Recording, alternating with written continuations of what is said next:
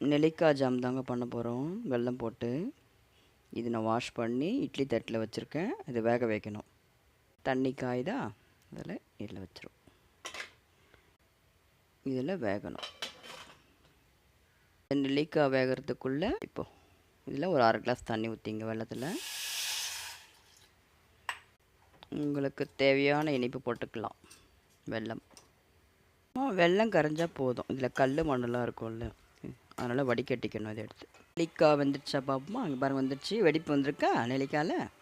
இப்போ இந்த நெல்லிக்காய் அந்த கொட்டையெல்லாம் எடுத்துட்டு அரைக்கணும். இதை போயிட்டு அரைச்சிட்டு வந்துடணும். இந்த மாதிரி அரைச்சிக்கோங்க. வெல்லம் தண்ணி தான் நாங்கள் ஊற்றிருக்கேன்.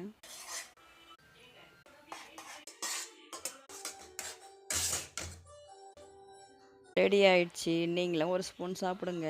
எனக்கு மறக்காத ஒரு லைக்